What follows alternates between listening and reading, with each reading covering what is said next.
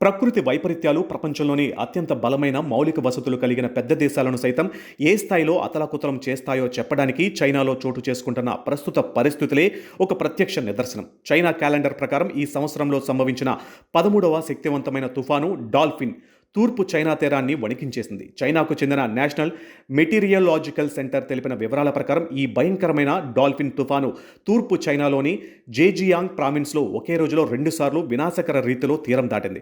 తీరం దాటిన తరువాత తుఫాను కొద్దిగా బలహీనపడినప్పటికీ దాని తీవ్రత, అది మోసుకొచ్చిన రాకాసి వర్షాల వల్ల కలిగే వినాశకర ప్రమాదాలు మాత్రం ఎంతమాత్రం తగ్గలేదని వాతావరణ అత్యవసర అధికారుల బృందాలు తీవ్రంగా హెచ్చరిస్తున్నాయి.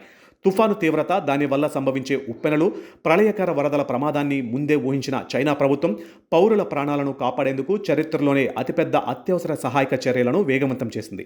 తూర్పు చైనా పరిధిలోని తీర ప్రాంతాలు, లోతట్టు ప్రాంతాలు, ముంపు ఎక్కువగా ఉన్న లోయల నుంచి దాదాపు లక్షలాది మంది ప్రజలను అత్యంత వేగంగా సురక్షితమైన పునరావాస కేంద్రాలకు తరలించారు. కేవలం పూజియాన్ ప్రావిన్స్ పరిధిలోనే ల్యాండ్, సీ ఏరియాల్లో ప్రమాదకరంగా ఉన్న ప్రాంతాల నుంచి సోమవారం ఉదయం 7 గంటల నాటికి ఏకంగా 1,67,900 మంది ప్రజలను ఆర్మీ అత్యవసర రెస్క్యూ టీంలు తరలించాయి. మరొక వైపు చైనా ఆర్థిక రాజధాని, ప్రపంచంలోనే అతిపెద్ద గ్లోబల్ మెగా సిటీ అయిన షాంఘై నగరంలోనూ తుఫాను ప్రభావం వినాశకరంగా మారింది. ఆదివారం రాత్రి నాటికి షాంఘై అధికారులు ముంపు ప్రమాదకర ప్రాంతాల నుంచి దాదాపు 2,15,600 మంది పౌరులను అత్యవసరంగా ఖాళీ చేయించి సురక్షిత శిబిరాలకు తరలించారంటే పరిస్థితి తీవ్రతను అర్థం చేసుకోవచ్చు.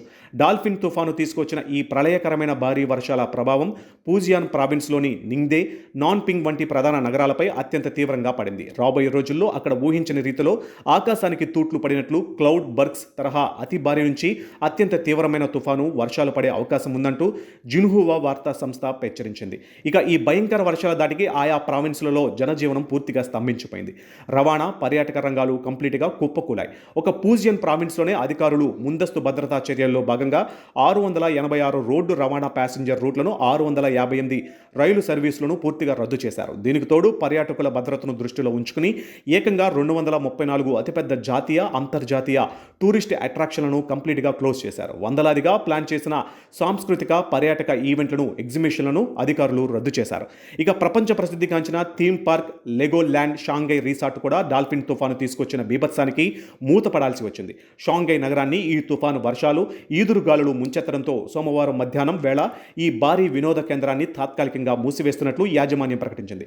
ఈ రిసార్ట్ ఉన్న నగర డిస్ట్రిక్ట్ అథారిటీస్ అత్యంత తీవ్రమైన హెచ్చరిక అయిన రెడ్ అలర్ట్ను జారీ చేశాయి. నగరంలో మునిపెన్నడూ చూడని రీతిలో అర్బన్ వాటర్ లాగింగ్ లేదా పట్టణ వరదలు వచ్చే ప్రమాదం ఉందని నగరవాసులు హెచ్చరించాయి.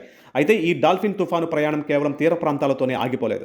తీరం దాటిన తర్వాత అంతర్గత భూభాగాల వైపు ప్రయాణిస్తున్న ఈ తుఫాను ఏకంగా చైనాలోని 10 కంటే ఎక్కువ ప్రావిన్షియల్ స్థాయి ప్రాంతాలలో పర్యావసనంగా మారి వర్షపాతాన్ని తీసుకువెళ్తుందని చైనా నేషనల్ మెటీరియలాజికల్ సెంటర్ ప్రకటించింది. చైనా రాజధాని నగరం బీజింగ్ వాతావరణ పరిశోధన కేంద్రం కూడా సోమవారం ఉదయం నగరానికి ఆరెంజ్ రెయిన్ స్టార్మ్ అలర్ట్ను జారీ చేసింది. ఒకవైపు డాల్ఫిన్ తుఫాను అంచుల్లో ఉన్న వెచ్చని గాలి ప్రవాహాలు, మరోవైపు నుంచి దూసుకొస్తున్న చల్లని గాలి ద్రవ్యరాశి కలవడం వల్ల రాజధాని బీజింగ్లో మంగళవారం సాయంత్రం నుంచి గురువారం వరకు అత్యంత తీవ్రమైన ప్రళయ వర్షాలు కురిసే అవకాశం ఉందని శాస్త్రవేత్తలు స్పష్టం చేశారు. ఈ భయానక అంచనాల నేపథ్యంలో ఉత్తర చైనాలోని అత్యంత కీలకమైన బీజింగ్ నగరం మంగళవారం ఉదయం నుంచే లెవెల్ 2 ఫ్లడ్ కంట్రోల్ ఎమర్జెన్సీ రెస్పాన్స్ను అమల్లోకి తీసుకురావాలని ప్లాన్ చేసింది. నగరంలోని ప్రధాన నదులు, వాగుల వైపు ప్రజలు ఎవరూ వెళ్లకూడదని, అలాగే పర్వత ప్రాంతాలు, కొండ చర్యలు విరిగిపడే రిస్క్ ఉన్న ప్రాంతాలకు ట్రిప్పులు వేయవద్దని చైనా ప్రభుత్వం తన పౌరులకు కఠినమైన హెచ్చరికలను జారీ చేసింది.